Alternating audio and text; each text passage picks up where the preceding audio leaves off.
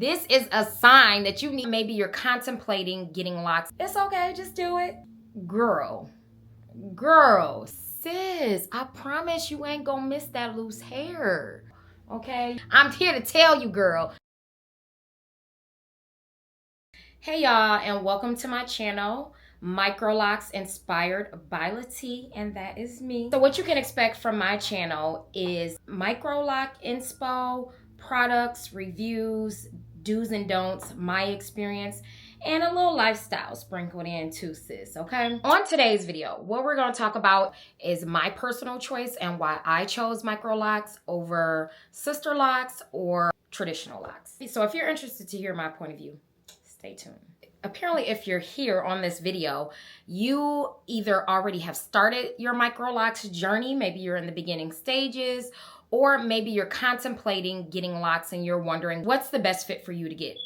With that being said, you are doing the right thing because research is very important when you're starting your journey or thinking of starting your journey, because you want to go in clearly informed with a concise understanding about what type of locks you want to get. You don't want to just jump in it because, you know, locks are it's a commitment. So it's time consuming, it's costly. And you want to know what the best fit for your lifestyle is going to be and what you're going to be more comfortable with.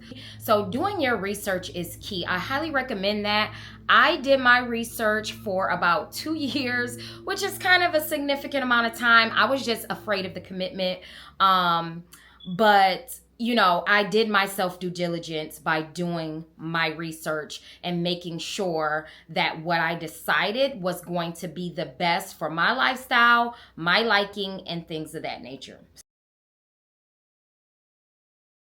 All right, so let's talk traditional locks first, because those are how locks started. You know, years and years ago, there was no Microlocs and Sisterlocks and all those. It was just traditional locks. So those are like the godmother of locks, or godfather of locks is the way I like to think of it.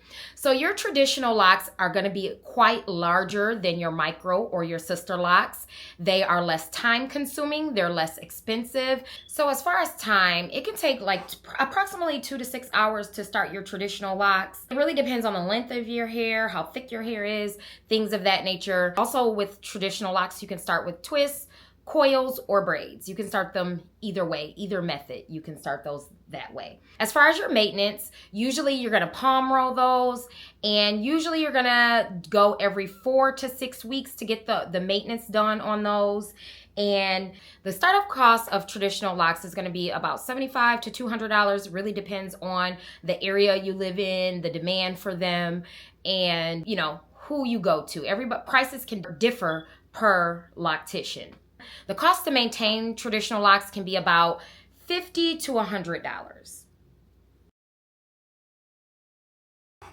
All right, and for my Sisterlock queens, that community, we're all one big lock community. But for my Sisterlock queens, if you're interested in Sisterlocks, those can be started using a precise interlocking technique.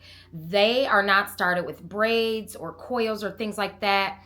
You do have to have a licensed technician, a licensed Sisterlock technician for you to quote unquote have actual Sisterlocks.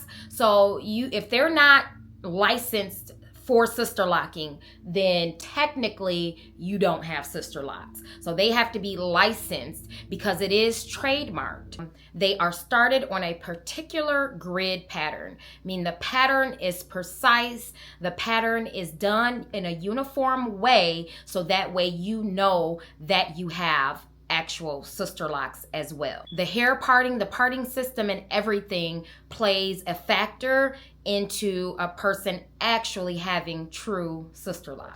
The full install can take 2 to 3 days. And then also the cost is about $1,500, can range a little more. Again, it really depends on the area you live in, how much hair you have, how thick, how long your hair is, the demand for it. All that plays a role in how much your loctician is going to charge you to start those Sisterlocks. And then usually you have to have a precise number of locks as well. So the ongoing cost for your Sisterlocks is going to be right around to $150, $200 or so. Again, it's going to depend.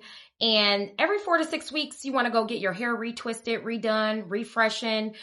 Usually Sisterlocks are not DIY friendly, where your traditional and your Microlocs are DIY friendly. And they're not DIY friendly because if you have not had the proper training and you are not approved Sisterlock loctician, you cannot retie your own locks. All right, now let's talk about these illustrious Microlocs, these luscious, voluptuous Microlocs that I have. So these are DIY friendly. They also take about 2 days to start. Mine took about 2 days. Although they, like I said, they are DIY friendly. I do not do my own locks. I do not retie my own locks. I go to my loctician for that. Although I do want to learn how to do it just in case, you know, there's a time I can't get in. And I want maybe just my perimeter redone just for a fresh look, because I have done that before with my loctician where I'm going on a trip or a vacation and she didn't have time to redo my whole head. Just like if I had braids, like small box braids or you know, the goddess braids or whatever, bohemian braids, whatever they call them. You just get your perimeter redone or the middle redone, and then it looks like you have a whole new look. So I would be willing to do that on myself in certain situations. So I do want to learn how to redo my own, even though I don't plan on maintaining them on a regular basis on my own. It's too time consuming. It takes longer to do your own hair. And I just don't have the patience. I would rather go sit in a chair, get it done, and be out. So, but to start them, again, it can take 2 to 3 days to start them. The cost to start them is going to be anywhere from, I would say, $300 to $800. Again, it's going to depend on your area and your loctician and your hair as well, the density and the length and thickness of your hair. Usually they're started with braids, interlocking, or twists. You can start them either way. And the maintenance is going to be every 4 to 8 weeks to get them done. Some people go 10 weeks. I have gone 10 weeks before. I try not to go that long because I just have way too much new growth. And it's going to cost you right around $200 to $300. I'll say $150 to $300 to maintain them. So yeah, but a lot of people think that that's a lot. I've had people stop me and ask me questions and things of that nature. And when I tell them that I pay $300, $250 or so to get my retie, a lot of people think that's a significant amount of money, and it can be. But when you think about that, you're getting a sew-in and you have to buy the hair if you're someone that wears weaves and wigs and things of that nature. You know, those wigs are pretty expensive, and then you have to pay for the install, and that's expensive as well. So it really comes out to be, you know, you're breaking even, especially if you're going every 8 weeks. I usually do not go any sooner than 7 to 8 weeks to get my hair redone. So I'm paying that $250 every 3 months, okay? Again, if you're buying a wig every 6 months, and you're paying to get it installed, or you're buying your bundles and you're paying to have those installed, really, you're paying the same amount of money. So don't let that discourage you. Even though it sounds like a lot, it's very maintainable for me and my lifestyle. It is anyways. You have to keep in mind that you do have to maintain your locks. But if you decide to do them on your own, that is money you can save on. Because I have heard people say, I really want locks, I really like them, I like how they look, but they don't want the cost of maintaining them. And they are very DIY friendly. So if you learn how to do them, there are plenty of YouTube and TikTok videos that will show you how to DIY and maintain your own locks to cut down on cost. So do not let that discourage you, okay? So with that being said, usually, you know, Microlocs and Sisterlocks are very similar. You do have a lot of people in the Sisterlock community that gets frustrated, and they're very protective when people say that they have Sisterlocks when they're not. But they are very, very, very similar. They're very small. The grid pattern is probably going to be different from your Sisterlocks. You also want to keep in mind that Sisterlocks are maybe a little bit smaller. They can be. But for me, a lot of people can't tell the difference. But for me, I'm usually able to tell when somebody has Sisterlocks. When I see somebody out in public, I'm usually able to tell, okay, those are Sisterlocks. And the products that you use are going to be the same. So make sure you guys stay tuned, because I am going to do a product video and what I recommend and what I use on my hair. So stay tuned for that upcoming video.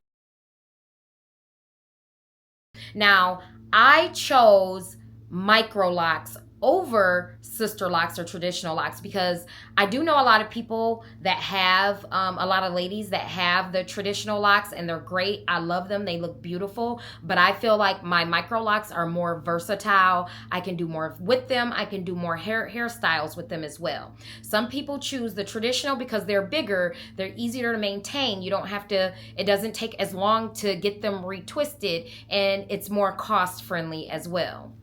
So another reason why I chose Microlocs is because, again, you have to find a loctician, a Sisterlock loctician. So I feel like it's going to be, your Microlocs are going to be more accessible. You're going to find more traditional or regular locticians that are able to accommodate you and to do your locks. It depends on what area you live in. You might not live in an area that has a lot of locticians that are Sisterlock certified.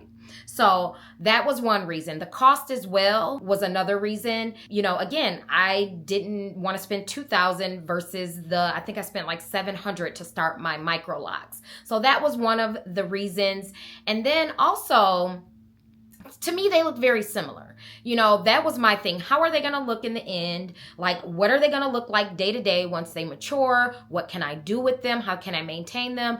And for me, and my personal opinion, I think my Microlocs looks just as good as someone that has Sisterlocks, okay? Now, you do have to be careful with who you go to with your Microlocs. You got to get somebody that knows what they're doing. They have some experience.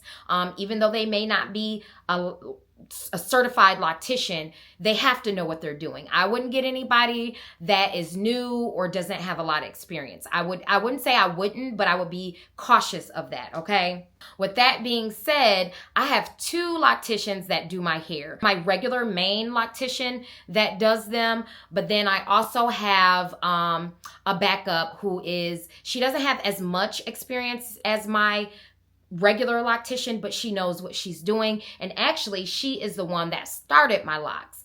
I actually switched locticians because the lady that does them now, she specializes in locks. She is Sisterlock certified as well, but she specializes in locks, and she is able to get me in and out of her chair in a timely fashion. Girl, I'm telling you, woo, child. My loctician that was doing them before, like I said, that was not her specialty. She does braids and sew-ins and things like that. She does locks as well. However, I was sitting in her chair for like 8 hours for a retie. Honey, child, time is of the essence. Time is money. My time is precious. I'm so busy. I got things to do, baby. I can't sit in the chair if I have to, I will. But when I found out that my loctician that I go to now, how experienced she was, and I just decided to give her a try. I wasn't sure if I was going to jump ship or not. And when she was able to get me out of her chair in 3 hours, baby, let me tell you, that's all she wrote. And my hair looked good, and she's experienced.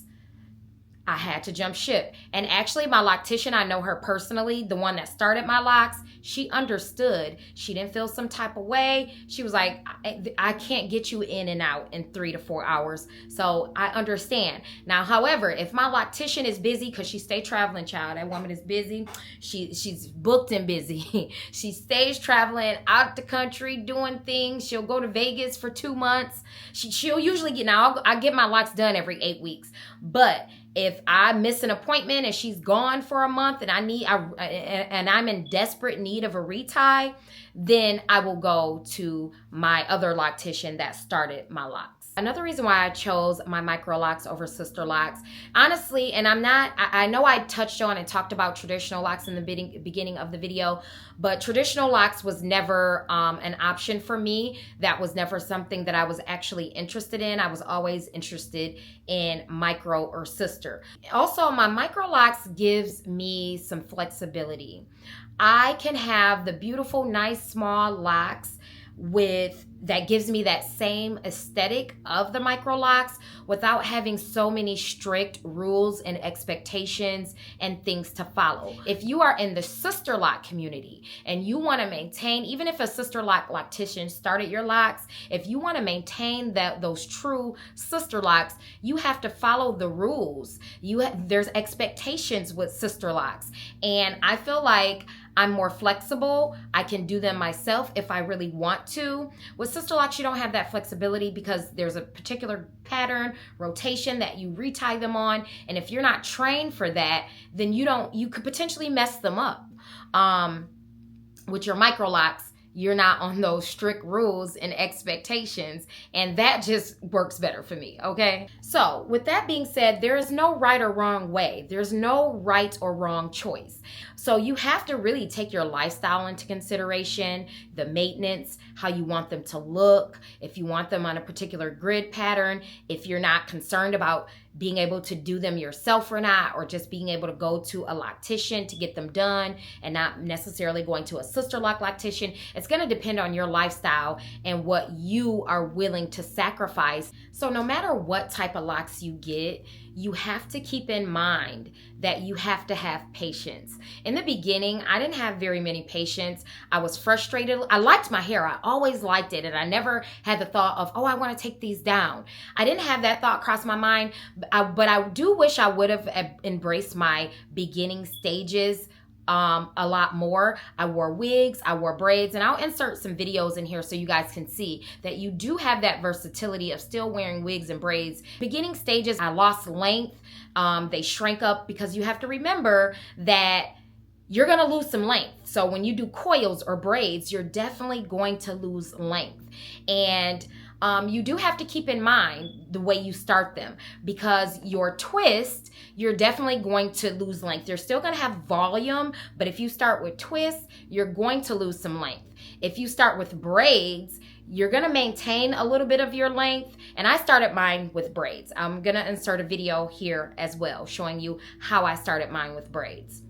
So, sorry, but although I had to switch positions a little bit because the sun is like in and out. But anyways, so although I started mine with braids, I still lost some length, and I definitely lost volume because your braids are flat, where if you start them with twists, the twists are fluffy and they're thick. So you lose more length when you start them with twists, but you maintain the volume. So you really only lose that volume in the beginning stages. Once your locks start to mature and grow, you're gonna get all that volume back. It's just in the beginning that you're gonna lose volume or length. That is gonna resolve itself over time. So do not let that be a deciding factor for you. So I wouldn't go based off what's more important to you in beginning stages to make that particular decision, but you do have to keep that in mind as well.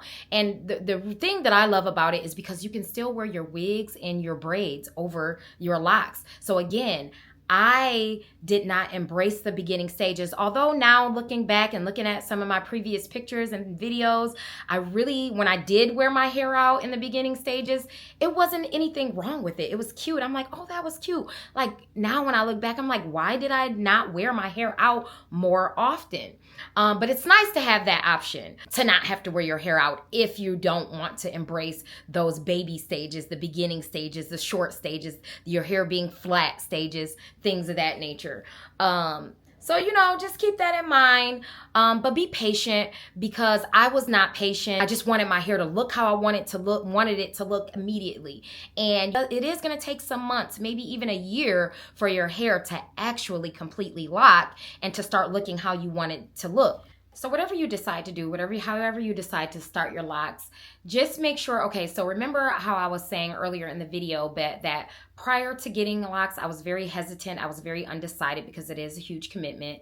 And I really just didn't know. I didn't know how they were going to look at me. I saw them on other people and I loved it, but you just don't know, you know what I mean? And I just had to come to terms with the fact that if I don't like it, it's hair, I can cut them, and then, or I can let them grow back, and you can comb them out if you really want to. Time consuming, but it can be done.